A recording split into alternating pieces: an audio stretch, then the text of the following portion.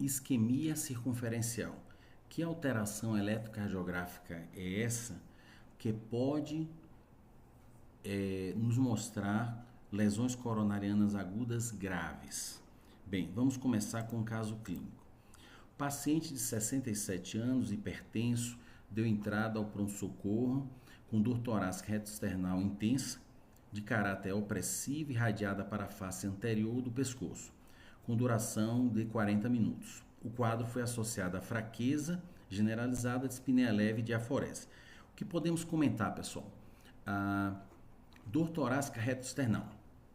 A característica mais comum da doença coronariana, mais comum, questão de pró-residência, é o retroesternal, certo? A mais específica é a precordial, a mão em garra, precordial, ok? Ele coloca aqui uma dor intensa.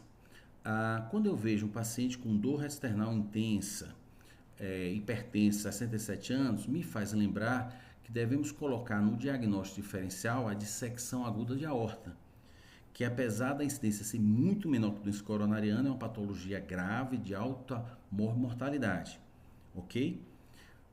Por quê? Porque a doença coronariana, ela comumente não se apresenta de forma intensa, ela se apresenta de forma moderada, aquela dor que incomoda, constante, com duração acima de 20 minutos, no caso aqui 40 minutos. De caráter opressivo, sim, é a característica forte, opressão, aperto, queimação, irradiada para a face anterior do pescoço. Isso é um critério que sugere muito doença coronariana. O paciente descreve como se estivesse apertando o pescoço ou apertando a mandíbula, ok? Lembrar bastante doença coronariana que irradia para a mandíbula. Aí ele bota, o quadro foi associado à fraqueza generalizada, que é uma manifestação comum de várias doenças, dentre elas a doença coronariana, pode apresentar. Dispneia leve, diaforese, cuidado com dispneia, né? Ok? E quando eu vejo também dor torácica, dispneia, sempre tem que vir à mente embolia pulmonar aguda, tá? Bem, diante de um quadro desse, a primeira coisa que a gente tem que ter é um eletrocardiograma realizado e interpretado em até 10 minutos. Foi esse eletrocardiograma do paciente. Quando eu estou pensando em doença coronariana, eu tenho que buscar supra de desvelamento segmento ST. Eu vejo aqui que ele tem um supra em apenas uma única derivação, a AVR, uma derivação, até pouco tempo atrás, derivação esquecida, tá? Então ele tem um supra de ST em AVR. Depois que eu chequei os supras, eu vou para alterações eletrocardiográficas que necessitam de cateterismo urgente também, tá? E esse paciente tem. O que é que ele tem? Nós temos um infra, aqui V2, certo? Isso aqui é a irregularidade do traçado, essa irregularidade aqui não tem nada a ver com doença. Então, infra em V2, infra em V3, quanto maior o infra, maior a gravidade, tá? Quanto maior o infra V4 também, quanto maior a quantidade de infras, maior a gravidade, teoricamente, infra V5 e V6. Sai da parede anterolateral, a gente continua, né, com a parede lateral alta, que é D1 e AVL, tem infra também, e D2 tem um infra, que faz parte, é uma derivação das paredes inferiores. Então, esse padrão eletrocardiográfico de supra em AVR com infra difuso, chamado isquemia circunferencial, pode denotar lesão coronariana grave. Por que pode? Vamos ver a interpretação disso. Bem, vamos primeiro relembrar a anatomia coronariana aqui. Aqui é o ventrículo direito. Anteriormente você enxerga muito mais ventrículo direito que ventrículo esquerdo, apesar do ventrículo esquerdo ser bem maior, né? A parede do ventrículo esquerdo é de 8 a 10 milímetros, o direito é 2 a 3 milímetros, é muito menor, muito mais estreita, né? Aqui, nós temos que dividir o ventrículo direito de esquerda, descendente anterior. Tem essa parte do vaso aqui, a parte mais importante, chamada tronco coronária esquerda, que se bifurca na maioria dos pacientes, certo? Do lado de cá sai o ósseo coronária direita, sai a coronária direita, tá? Então, o que é que esse primeiro parágrafo fala? A elevação do segmento ST na derivação AVR é um preditor de doença da artéria coronária esquerda principal, isto é, esse tronco de coronária esquerda aqui, pessoal, tá? Doença de três vasos, pode ser três vasos como a CX, ADA, CD, pegando três vasos, ou uma lesão crítica na descendente anterior, que é esse segmento aqui, ó, proximal, tá? Em pacientes com infarto com supra. Vamos entender.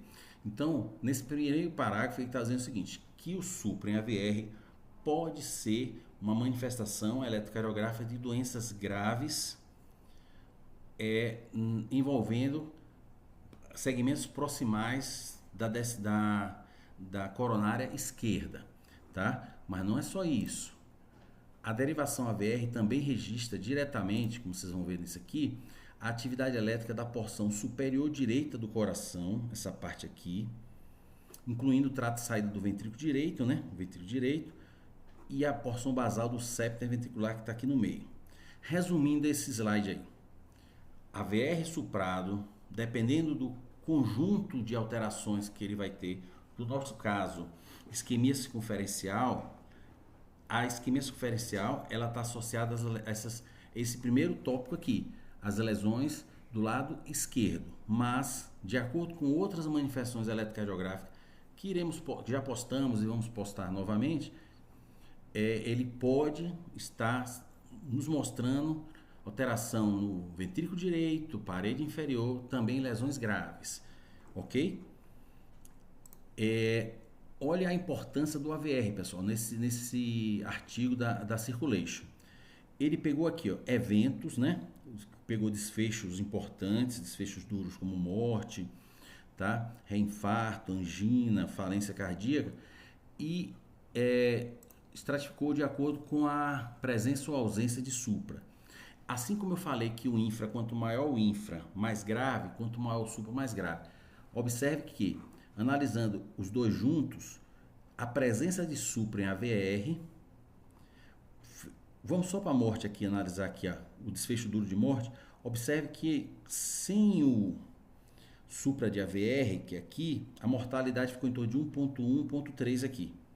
Quando o supra vai para, basta um supra de meio milímetro, dispara a mortalidade, e se esse supra passa de 1 milímetro, isto é 0,1 milivolt ou 1 milímetro, a mortalidade chegou a 19,4%, ok? E que seguiu-se também na angina, na falência cardíaca, não houve reinfarto. Mas enfim, então o que eu quero mostrar para vocês até agora é que sempre procure também um supra em AVR, beleza? Joia. E sabendo que a presença dele pode denotar lesões críticas do lado esquerdo do coração ou lesões críticas do lado direito, tá? Pode, porque a presença dela não é sinônimo de doença coronariana em todos os casos. Vamos adiante.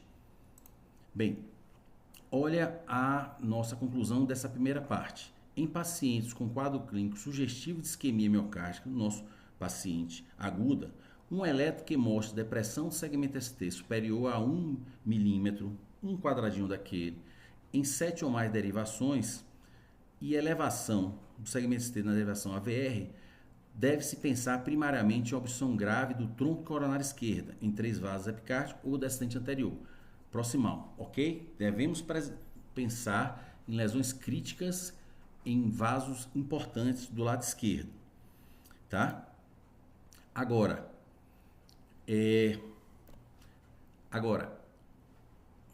a presença de isquemia circunferencial não é sinônimo desse tipo de doença. Existem outras possibilidades.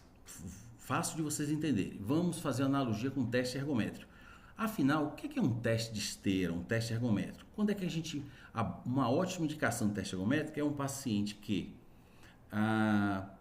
tem lá diabetes, hipertensão, colesterol, fatores de risco, está tendo uma dor torácica que aparece ou exacerba com o esforço e você coloca no teste de esteira. E aí no teste de esteira, com o aumento da carga imposta, teste ergométrico, vai aparecendo infra em várias derivações, tá certo? Afinal, o que é que está acontecendo ali? O que é que você acha que está acontecendo? Esse paciente está pensando em doença coronariana, não aguda, como o nosso paciente. Nós estamos pensando o quê? Esse paciente provavelmente deve ter uma placa lá de 70%, 60%, 2, 3 placas ateroscleróticas, né? Pelos fatores de risco que vem se depositando gradativamente. E na hora que você começa a exigir mais, isto é, começa a estressar o coração, aumentar a atividade física ali no coração naquele momento do teste ergométrico. Isso é, ó, vai ser isso aqui. A oferta, a demanda, tá buscando demanda, tá buscando demanda. Só que, como você tem débito fixo ali, mais ou menos, mas você tem lesões fixas, chega um ponto que não consegue oferecer o que o coração está pedindo. Aí é um desequilíbrio entre a oferta e demanda de oxigênio.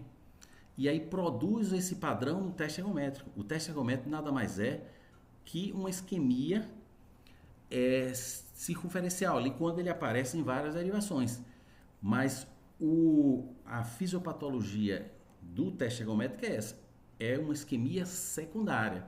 Não é primária. Primária é quando rompe por erosão ou ruptura da placa aterosclerótica. Tá? Então, vamos ler esse parágrafo juntos? A isquemia subendocárdica, devido ao desequilíbrio entre oferta e demanda de oxigênio, produz um padrão eletrocardiográfico consistente de infradesvelamento generalizado do segmento ST, geralmente mais proeminente nas derivações D1, V4, V6 e supradesvelamento recíproco do segmento ST em AVR. Isso aqui é uma isquemia secundária, uma isquemia por demanda. Então, quais exemplos clássicos? Vamos aqui, ó. Isso aqui é um paciente muito idoso, que teve queixas, que a gente vai ver mais adiante, e fez esse eletro. O que é que esse eletro tem, pessoal? Um infra em V3, começa um pouquinho em V2, V3, V4, ó, o infra aqui, ó, V5, V6, D1, AVL, D2, AVF, então, e com supra em AVR. Passa uma linha imaginária daqui, aqui, que vocês vão ver um supra, tá certo? Então, o paciente tem uma isquemia circunferencial, ok? Se chegar esse eletro para vocês, o laudo sairá como isquemia circunferencial. Agora, qual a causa? E ele está bem taquicárdico, tá? Está bem taquicárdico, porque daqui até aqui são 300 batimentos por minuto, daqui até aqui 150, esse paciente deve estar com 140 batimentos por minuto, tá muito. Taquicardia sinusal.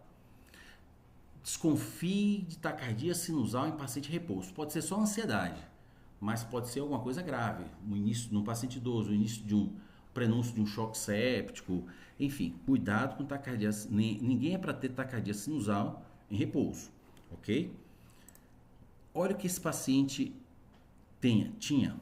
Esse eletro foi obtido de um idoso que apresentou hemorragia gastrointestinal aguda e dor torácica. E possui história de doença arterial coronariana. Então, é um paciente idoso que tem já doença coronariana crônica e que algo instabilizou. Mas estabilizou não a placa, não é que rompeu a placa. Seus sintomas isquêmicos e o ECG melhoraram após transfusão sanguínea, correção da hemoglobina que estava em 7,2. Entendeu? Então, neste caso, a isquemia subendocárdica, isto é, o infra, provavelmente foi causada por hipóxia celular. Oferta de O2 limitada, diminuída, com a demanda mantida em repouso. Então, o paciente vinha com equilíbrio, só que fez uma hemorragia grave, num paciente que tem uma reserva coronariana menor, por causa da aterosclerose.